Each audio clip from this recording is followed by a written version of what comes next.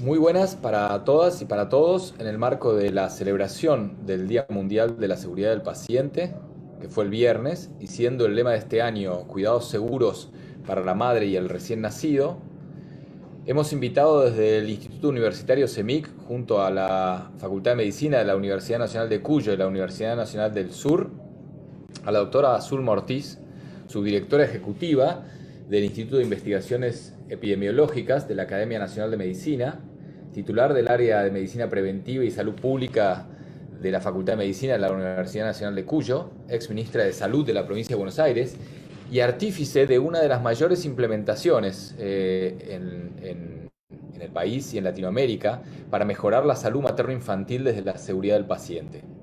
Estamos transmitiendo en vivo para Facebook y ella está con nosotros, nos compartirá unas reflexiones a propósito de la fecha para que luego abramos un canal de preguntas para que todos nos podamos enriquecer con su sabiduría y su experiencia. Hola Zulma. Hola Matías, ¿cómo estás? Muchas gracias por la invitación. Un placer estar acá contigo. Buenísimo de tenerte y ahora vamos con tu presentación, así después abrimos juego para la gente. Excelente, gracias.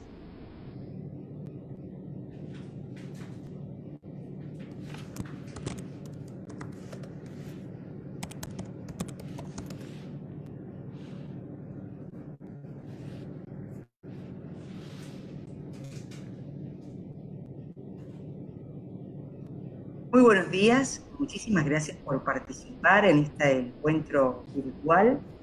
Estamos en el marco del Día Mundial de la Seguridad del Paciente promovido por la Organización Mundial de la Salud y en el contexto de una semana en el que múltiples actores de diferentes organizaciones van a, de alguna manera, llamar la atención sobre el eslogan que nos propone la OMS, que es actuar ya, hoy, por un parto seguro y respetado.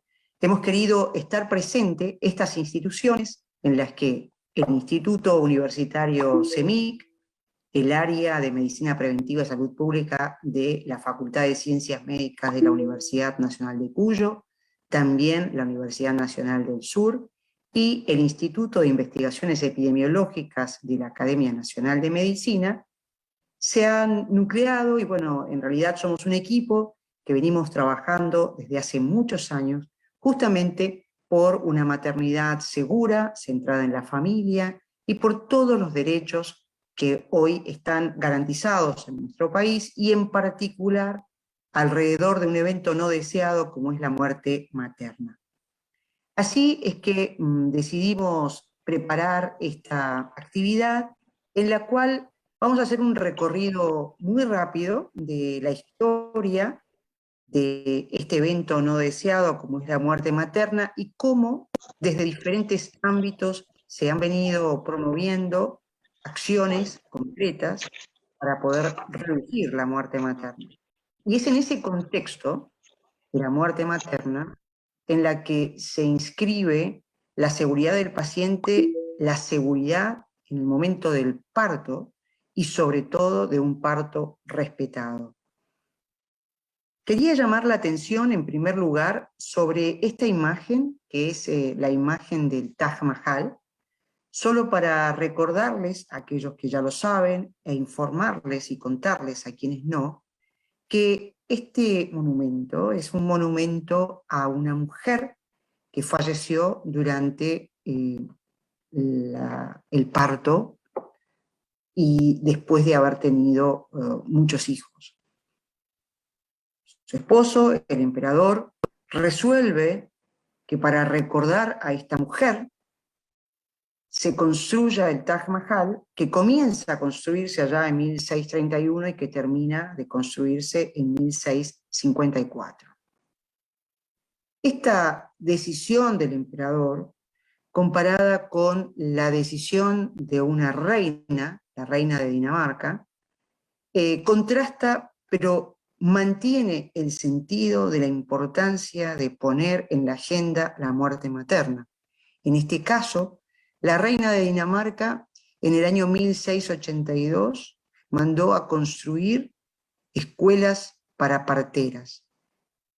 Pidió a un obstetra que formara particularmente a mujeres para ayudar en el momento del parto. Y así fue que en 1682 se inscriben estas escuelas que luego van a ser tomadas por otros países de Europa, y en 1697 se escribe el primer libro sobre obstetricia. A estos años, y casi diríamos unos 350 años después, tenemos una agenda como la de los Objetivos del Milenio que pone como meta para los países que forman parte como Estado miembro de Naciones Unidas que se reduzca la mortalidad materna e infantil. Y se establece como meta que los valores de 1990 al 2000 sean tomados para que la reducción que se busque represente un porcentual acorde a ese nivel basal del cual se partirá en el año 2000. En ese sentido, la Argentina se compromete en una reducción del 75% de la muerte materna del 2000 al 2015. Se ponen en marcha planes, programas para esa reducción de muerte materna, y lamentablemente, y a pesar de los progresos, no se logra alcanzar esa meta del milenio. Y por eso, como para Argentina, para otros países, es que se redobla la apuesta ahora con los Objetivos de Desarrollo Sostenible, cuya agenda es 2015-2030, de tal forma de mantener en la agenda tanto la muerte materna como infantil, y en particular establecer acciones que le den una sostenibilidad a estos objetivos, ¿no?, en los cuales se inscribe, entre tantos, la reducción de la mortalidad materna. Agencias como UNICEF, ONU Mujer, que son parte del sistema de Naciones Unidas, encuentran ahora la necesidad ya no solamente de hablar de objetivos y de metas, sino de establecer planes como este, que es la Estrategia Mundial para la Salud de la Mujer, el Niño y el Adolescente, 2016-2030, que tiene 3 palabras que sintetizan muy bien lo que se busca: sobrevivir, prosperar y transformar. La supervivencia sigue siendo entonces un elemento fundamental de todas estas agendas, ya desde el Taj Mahal, llamando la atención para evitar un hecho que es prevenible, que es evitable y que tiene un impacto social muy importante, como es la muerte de una mujer. Ahora bien, ¿por qué hablamos de la muerte materna en la semana de la seguridad del parto y del parto respetado?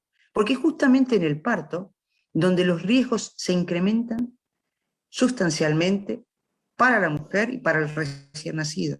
Y por eso la importancia de la seguridad del paciente, agenda que, como bien sabemos, surgió allá por los finales de los 90 con el informe de Lyon, Errar es humano, y que años más tarde la OMS tomaría para establecer desde listas de chequeos hasta eventos priorizados, como aquellos espacios en donde es importante los procesos de mejora de calidad de atención y de la seguridad del paciente.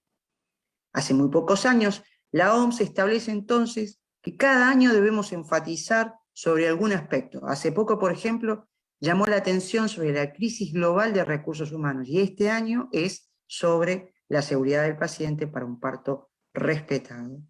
Así es que, si contextualizamos esa agenda global, mundial, de los ODS, de la Organización Mundial de la Salud, con nuestro contexto, podemos decir que existe una ley, que es la ley 25.929, que fue promulgada en el año 2004 y recién en el año 2015 fue reglamentada.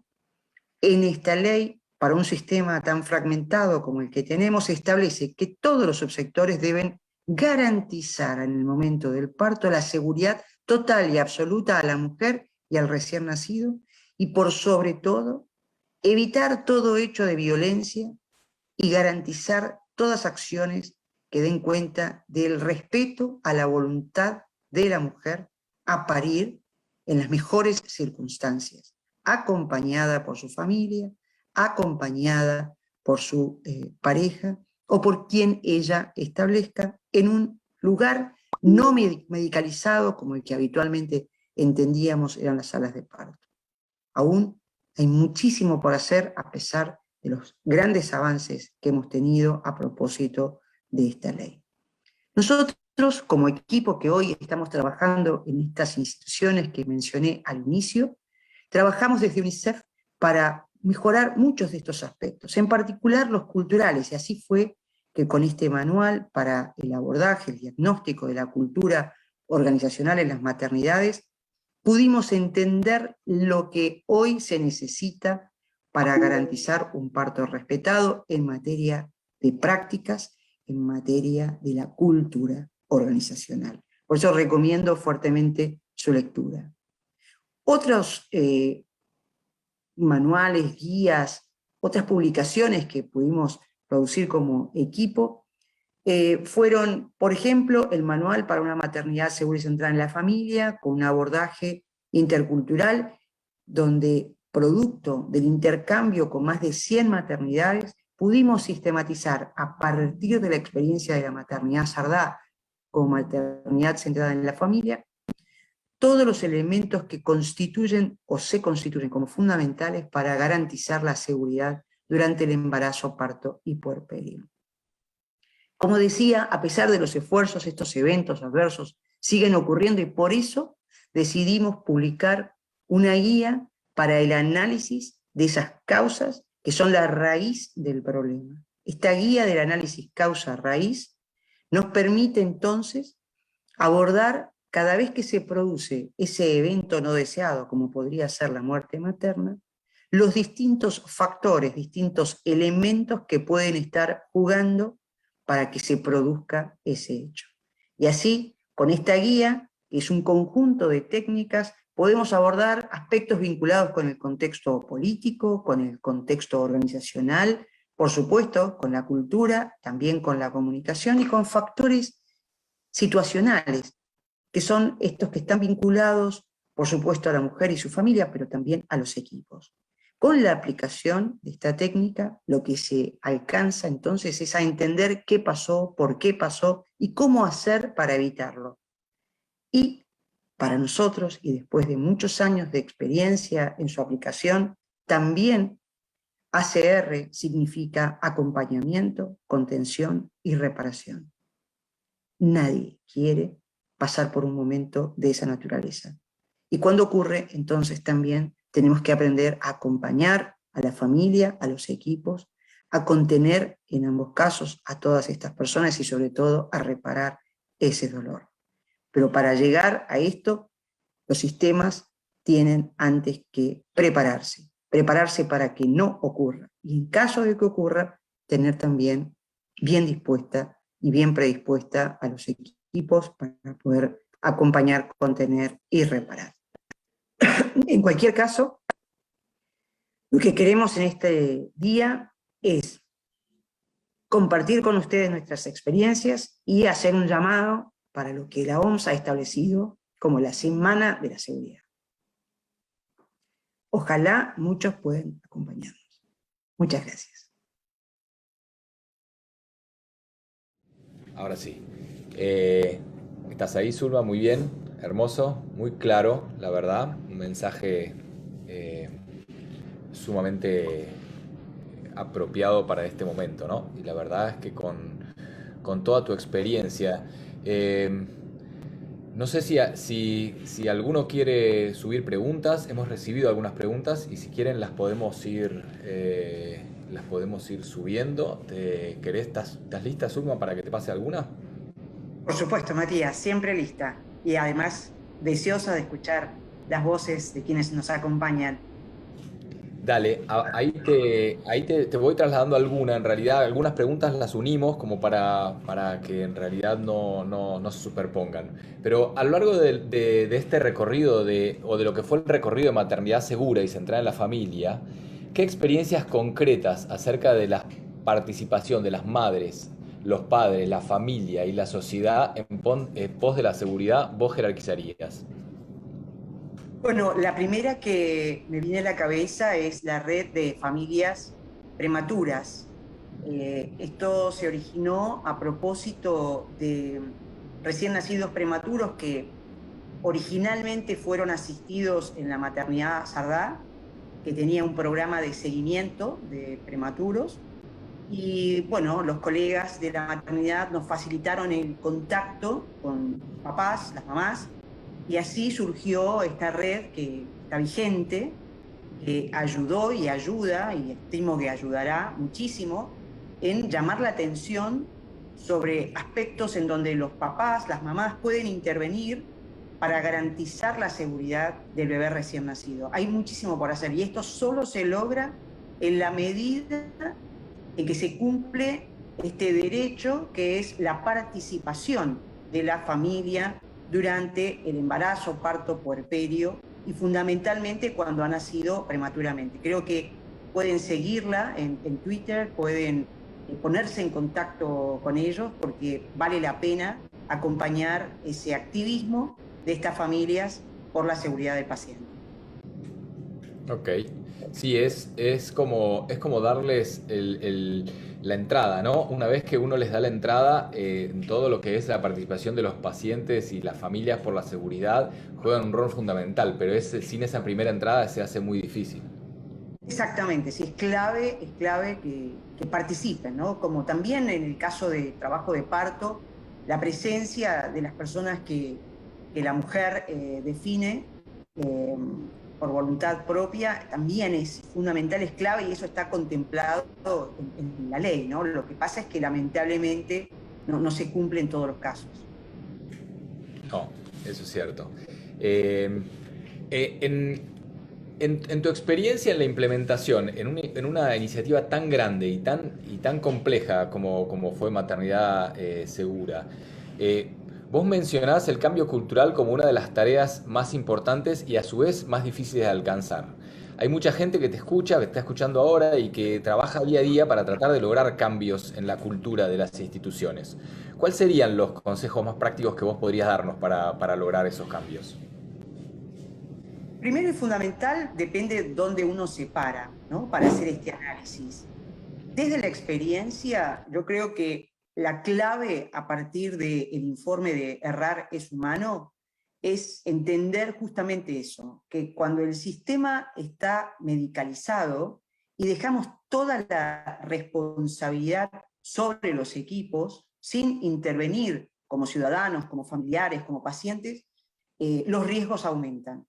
Entonces, es clave en esta contracultura de esa hegemonía que siempre ejerce el sistema que está medicalizado, se transforma solo en la medida en que esa contracultura penetra la cultura de los servicios y se amalgama una nueva cultura en la que todos somos un equipo, todos participamos, todos colaboramos y de alguna manera todos tenemos claro cuáles son nuestras responsabilidades y nuestros derechos. Hay que recordar siempre que al mismo tiempo que somos portadores de derechos, somos portadores de responsabilidades. Y que en el caso de la seguridad del paciente, es fundamental que, por un lado, nos ilustremos como ciudadanos, que sepamos, que conozcamos, que intervengamos y que también colaboremos y ayudemos a los equipos. Es decir, no es solo una demanda, sino también una oferta que podemos hacer. Ahí es fundamental que quienes están a cargo de esos equipos, llamados líderes, llamados autoridades, tengan la voluntad de acompañar este proceso de transformación cultural y que hagan todos los esfuerzos para, de alguna manera, preparar el entorno en ese intercambio. Lamentablemente, en Argentina todavía no hay, por ejemplo, lugares con el espacio físico adecuado para que la familia pueda acompañar estos procesos. Básicamente, hay una cuestión de estructura que no permite el acompañamiento durante el parto, por ejemplo, o que no permite el acompañamiento a un recién nacido que ha nacido prematuramente. Con lo cual, hay una decisión, en este caso de las autoridades, que están compenetrados con esto, de cambiar esas estructuras físicas, y eso requiere de inversión. Y entonces necesitamos de quienes están manejando un presupuesto, la colaboración para que esto cambie. Como ves, es un sistema. Entonces, es clave primero, un pensamiento sistémico, no pensar que todo está en un único lugar, sino que hay un sistema con un engranaje que tenemos que mover, y donde cada uno, en la medida que tenga clara cuál es su función, va a hacer que ese engranaje se mueva. Si yo espero que el otro la mueva, probablemente esa transformación no se va a dar. Así es que si tuviera que sintetizarlo, te diría que hace falta compromiso por parte siempre de las autoridades, un poco más, pero también de los familiares, que hace falta información, que nos informemos, y que hace falta una apertura mental que solo la da un pensamiento sistémico, no disciplinar, no cuando ejerzo la profesión desde el expertise, desde la disciplina y desde el conocimiento disciplinar, sino donde me abro y entiendo que somos un equipo. Excelente, la verdad, muy claro, Zulma. Hay algunas preguntas más puntuales que te voy a ir pasando como para ir, por ejemplo, te preguntan si sabes de la existencia de protocolos y herramientas para la atención de partos en personas con discapacidad. Bueno, eso es una excelente pregunta, porque todo lo que tiene que ver con las minorías, todo lo que tiene que ver con discapacidades en general, ¿sí?, no están con la misma penetrancia en la agenda. Lo mismo ocurre con, por ejemplo, las comunidades indígenas, ¿sí?, donde la cosmovisión es diferente. Entonces, la pregunta nos sirve, y agradezco a quien la hizo, para llamar la atención sobre esas situaciones en donde hay una probabilidad mayor de vulnerar derechos, por no conocer, por no tener en muchos casos la normativa. Todo lo que hace a la ley del parto respetado no distingue, es decir, se basa en los principios de los derechos humanos, es decir, que no necesitaríamos algo particular para una persona con discapacidad. Hace mucho énfasis esta ley en lo que hace a nuestro sistema de salud tan fragmentado, entonces pone, ¿no?, de alguna manera a las obras sociales, al prepago, al subsector público, en las mismas condiciones de cubrir todas las necesidades y de garantizar todos estos derechos. Es decir, que al momento no hay una particularidad, básicamente porque hay un derecho humano que debemos cumplir. No obstante, agradezco nuevamente la pregunta, porque debemos siempre contemplar estas cuestiones que muchas veces están invisibilizadas, y entonces en el entorno ya de un servicio debemos preguntarnos si nuestro servicio, por ejemplo, tiene la rampa necesaria para llegar a la sala de trabajo de parto, por ejemplo, si tenemos todos los dispositivos eventuales que se podrían necesitar, y si, por supuesto y fundamentalmente, los equipos están preparados para ellos, haciendo hincapié en la necesidad de darle a esta población una mayor protección, básicamente por su situación de vulneración de derechos, ¿no? Bueno, entonces este blanqueo es Gabriela Garate la que lo preguntó, así que tu agradecimiento va a ser formalizado para ella. Y entonces, en la misma línea, entonces te pregunto, hay otra pregunta muy puntual, si hay alguna intervención que vos podés destacar que mejoró la seguridad del paciente en las maternidades, te lo pregunta Estefanía Panizoni, entiendo que desde Bahía Blanca. Bueno, básicamente voy a responder a esa pregunta haciendo foco, ¿no?, en lo que es la Semana de la Seguridad del Paciente, y en particular este día que la Organización Mundial de la Salud ha definido como la agenda, ¿no?, que tiene que ver con un parto seguro y respetado. Porque intervenciones para la seguridad del paciente en estos años hemos podido afortunadamente ver en muchos casos la efectividad de las mismas en recién nacidos, en, no sé, el control de infecciones intrahospitalarias. El tema es bastante amplio y complejo, como bien todos saben. Pero haciendo referencia específicamente al tema de trabajo de parto respetado, yo quisiera destacar una maternidad en particular, no con la idea de un juicio de valor sobre las otras, pero sí sobre lo que fue para el caso de la provincia de Buenos Aires, una provincia que, como todos saben, es amplia, compleja, con muchas maternidades, un proyecto piloto, ¿sí?, que permitió mostrar que es posible, en muchos casos, y por sobre todo, cumplir con la voluntad de las mujeres en el momento del parto. Hay muchísima documentación al respecto de la maternidad Carlotto, de cómo fue implementando prácticas que lo que hacían era garantizar este respeto por la decisión de la mujer, que incluía desde telas, música, bueno, por supuesto un ambiente preparado, y también intercultural, que en muchos casos inclusive llegó a hacerlo por fuera de la propia maternidad. Así como esta maternidad, que insisto, la menciono solo porque me viene ahora a la cabeza, hay muchísimas otras maternidades que fueron transformando, en el caso de la provincia de Salta, en el caso de la provincia de Jujuy, sus espacios. Yo creo que acá hay una cuestión estructural muy fuerte a la hora de pensar en un parto seguro y respetado. Y otra cosa que también me gustaría mencionar es todo lo que tiene que ver con la capacitación a los equipos para respetar los derechos y sobre todo no tener situaciones de violencia durante el parto. Lamentablemente todavía eso se sigue observando. En algunas ocasiones pudimos ver cómo un sistema de notificación / denuncia a estas situaciones mejoró en gran medida porque actuó como un elemento contracultural. Habitualmente nosotros naturalizamos estas situaciones por el estrés que se vive en ese momento, por la situación, ¿no?, que puede complicarse, y entonces pareciera que una reacción violenta es algo natural a la situación. De ninguna manera eso se puede naturalizar, existen múltiples mecanismos partiendo de una ley, así es que llamar la atención sobre que hay maternidades que podrían considerarse prototipos, hay muchísimos equipos que están avanzando en la mejora de la infraestructura, del entorno, para garantizar ese parto seguro y respetado, y muchísima atención a las situaciones de violencia que lamentablemente todavía se están dando. Esa sería mi respuesta, Matías. Gracias, Zulma. Tenemos un montón de preguntas, tenemos poco tiempo. A ver, te seleccioné una que te hace Silvio Sarabia, que te pregunta cuáles fueron los principales obstáculos para que no se llegue a cumplir en la Argentina con la meta de reducir la mortalidad materna entre 2000 y 2015.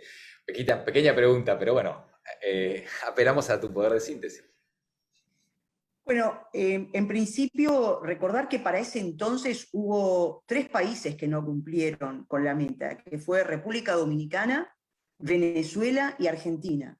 El mayor progreso se vio en Perú y en Bolivia, solo que en el caso de Bolivia se partía de valores realmente muy altos.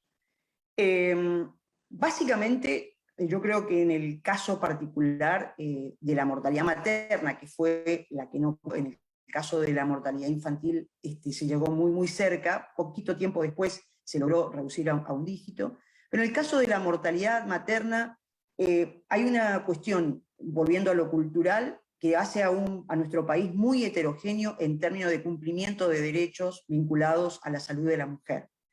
Tenemos provincias que podríamos llamarlas conservadoras, podríamos decir que hay provincias que no necesariamente se niegan, pero sí no adhieren, por ejemplo, a esta ley del parto respetado. Solo para darles una idea, en el año 2013 había 9 provincias de las 24 que no habían adherido a esta ley que venía del 2004, ¿sí?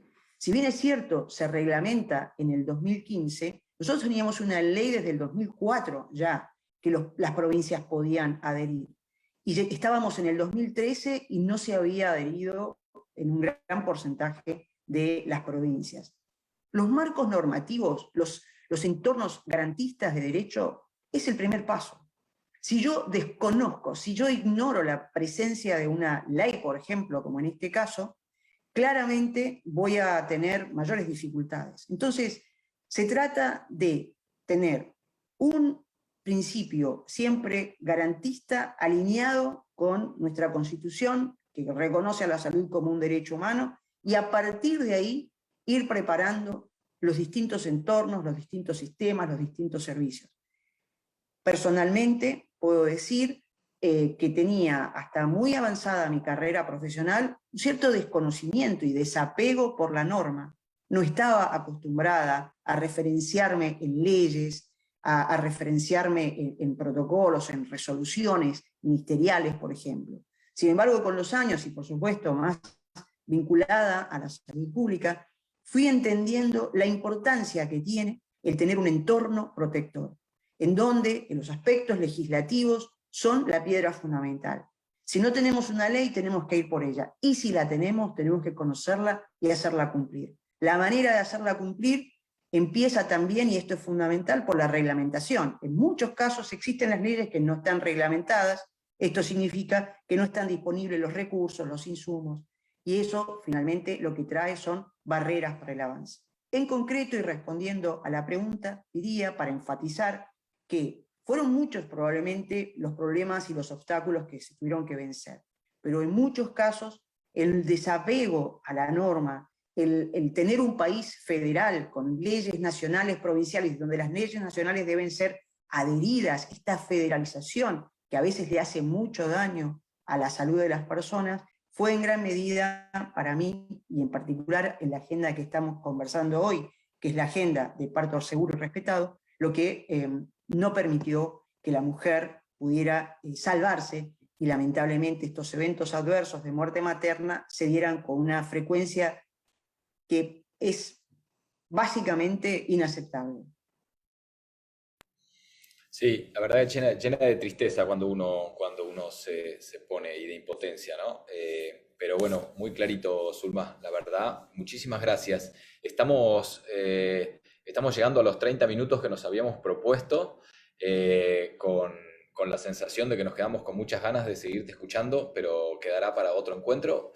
Deberemos esforzarnos para tomar una nueva cita, una nueva fecha en la que podamos intercambiar y nos sigas contando un montón de estas cosas que hacen muchísimo a poder aprender, a poder después avanzar con éxito en las iniciativas que uno en cada uno de los lugares que le toca actuar puede intentar o se decide intentar.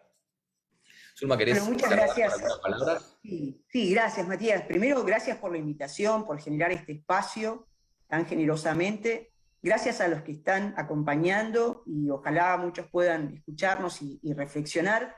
Nosotros hace muchos años estamos movilizados por esta causa, que es la causa de la seguridad del paciente, y en particular en una población tan importante para el desarrollo local, el desarrollo de un país, como es la salud de la mujer y la salud de un recién nacido, ¿no? La verdad es que tener esta excusa de encuentro viene bien para recordar algunas caras que veo acá, y de nuevo agradecerles que se hayan acercado. Estoy eternamente agradecida a todos esos equipos que siempre han dado lo mejor y lo siguen haciendo. Me gustaría recuperar y retomar algunos de esos contactos para ver cómo están, y siempre, como dije, además de ser bueno tomar estas agendas globales para repensar nuestras acciones locales, está la parte más humana que no quiero dejar de mencionar. Todo esto se puede lograr en la medida en que humanicemos nuestros procesos de atención, nuestros procesos de toma de decisión, ¿no? No deberíamos estar tan apegados solo al protocolo, sino también pensar que está sufriendo o que hay una necesidad de una vida humana. Así que muchísimas gracias, Matías, por estar siempre y bueno, por haber generado este espacio. Bueno, mil gracias, Zulma. Gracias a todos por estar de un lado o del otro. Gracias a todos los que están en Facebook, y nos ocuparemos de repostear este encuentro para que muchos otros lo puedan disfrutar. Gracias de nuevo. Abrazo a todos los que están por aquí.